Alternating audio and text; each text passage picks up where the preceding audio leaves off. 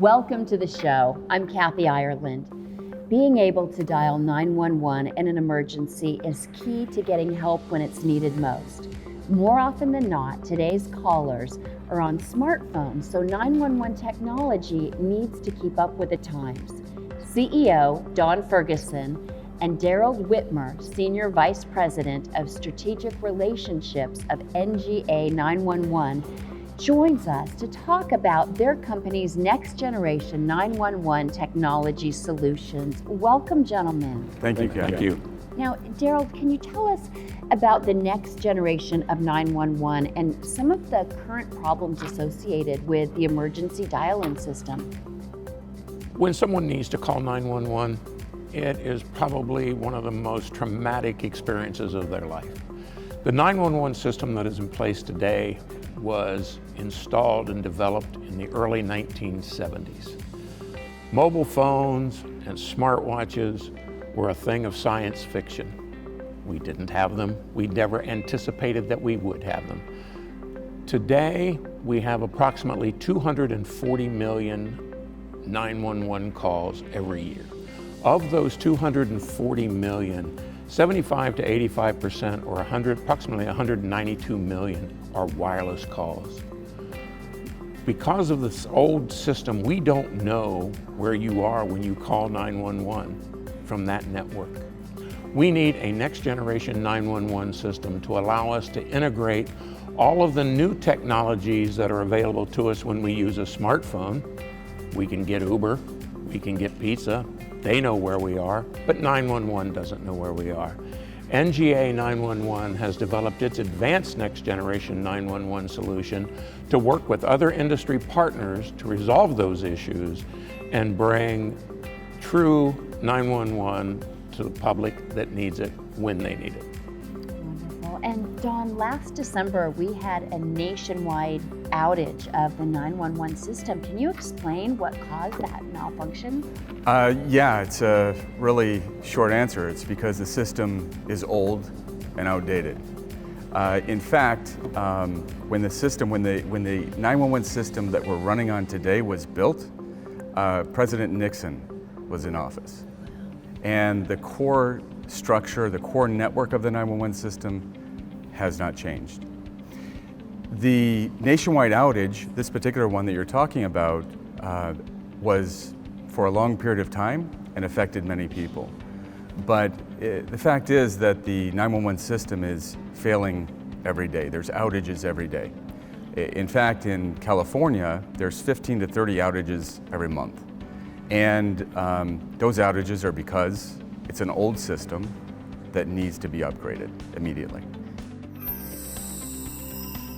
So next generation 911 is important to California because it's going to allow us to introduce new technology into all of our PSAPs, public safety answering points statewide.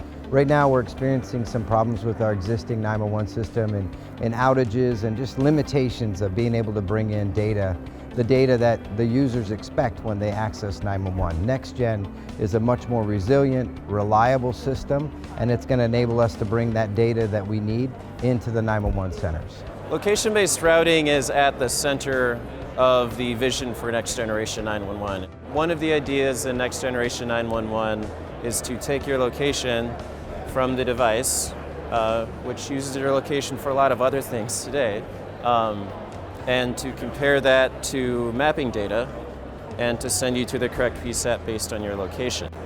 The real value of real-time text, separate from current texting to 911, is that it gives you the direct communication with the telecommunicator in an efficient way, simultaneously, without any delay,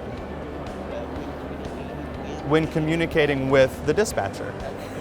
And that's very exciting. That's a very exciting part of RTT, as well as SMS text to 911 as well. So we are looking forward to keeping both options available, and that's very exciting. The country has been talking about next generation 911 for a long time.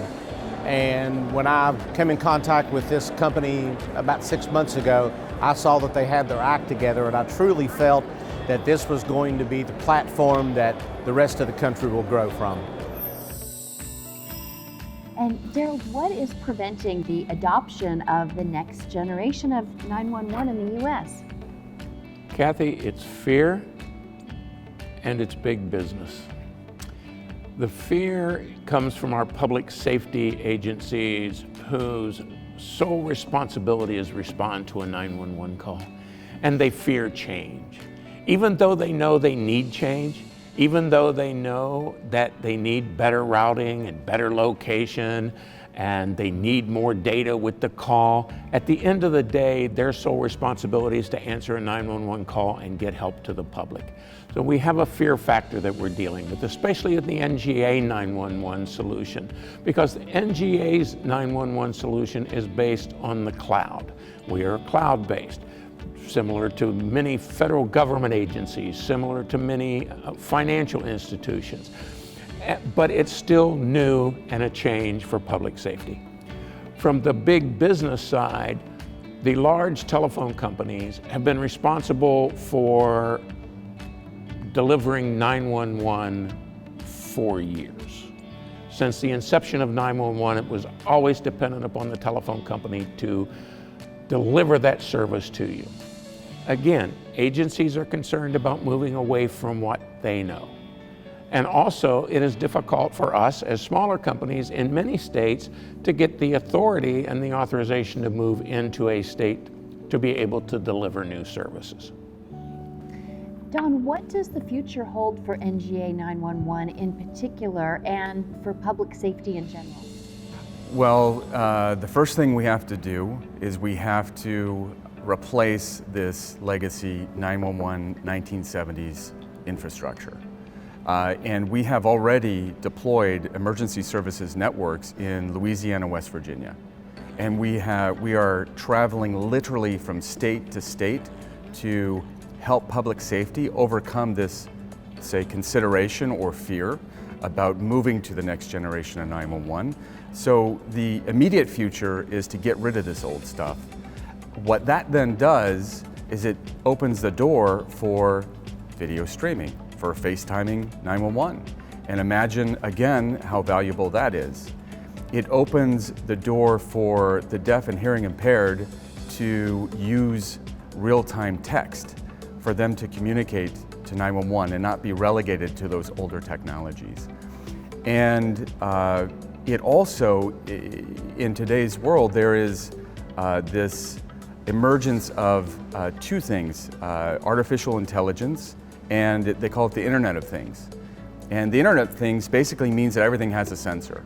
So for example, we can imagine a time when someone who's having a heart attack has a wearable, and the speed of their heart or the measurement of their heart rate is delivered directly to the paramedics who need to respond to their situation.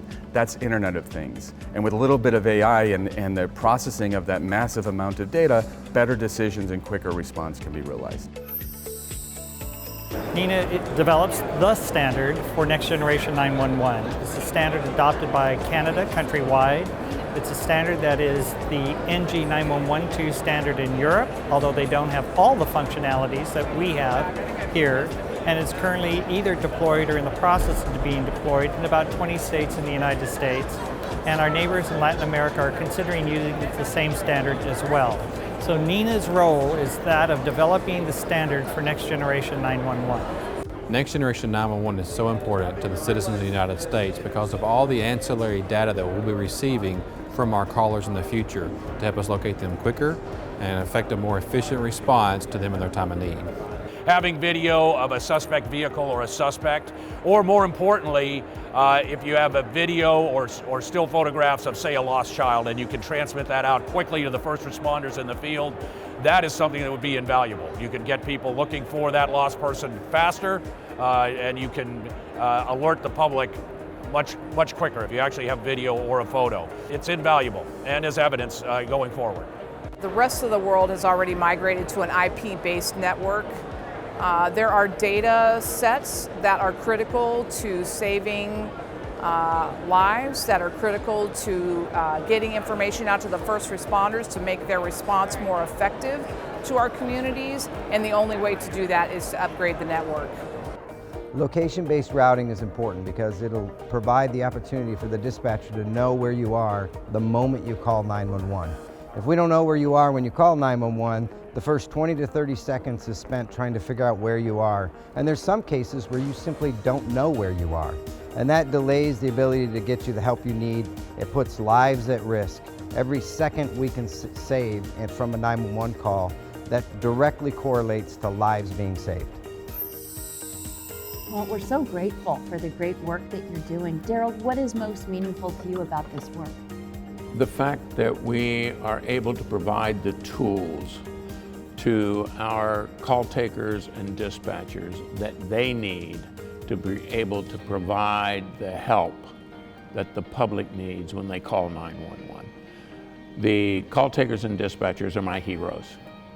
I can't say enough about the work that they do. They are our lifeline. When we call 911, they are our lifeline between me as a 911 caller and the people and the fire, police, and emergency medical services. And we need to be able to provide them the tools to do their job. We are woefully short in doing that today. That is my goal, to make certain that we fulfill that commitment. Excellent. Don, what's most exciting to you about this? I got to a point, it was about 10 years ago, where I got 911 injected into my blood. And I can't really explain it. Daryl understands it. It's a virus.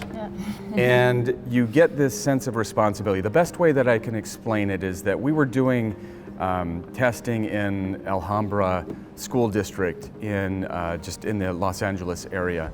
And we were giving phones to at-risk kids. And on that phone, we were putting a safety service. And what would happen is the kid would press a help button, and within a few seconds, they would be connected to everyone who knows, loves, and cares about them, as well as the police officer who was responsible for that campus.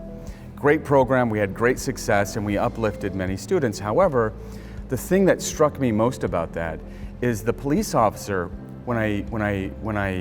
Sergeant, and I forget his name, and I asked him, I said, are you sure you want to be on the safety network for these kids? Are you sure that every time they press that help button, you want your cell phone to ring 24/7, 7 days a week? Without hesitation, he said, yes, of course. Is there any other way? This is my campus, these are my kids. That's the level of responsibility that these officers take. And so when you start to feel that level of responsibility, you just can't do anything else but when you see a broken 911 system, you have to fix it. Well, we're so grateful to both of you, Don and Daryl. It sounds like NGA 911 has developed a comprehensive system for fielding 911 calls that makes the best use of current communications technologies. Congratulations to you, and thank you for joining us today. Thank you. Thank you, Kathy. Thank you. And thank you for watching. I'm Kathy Ireland.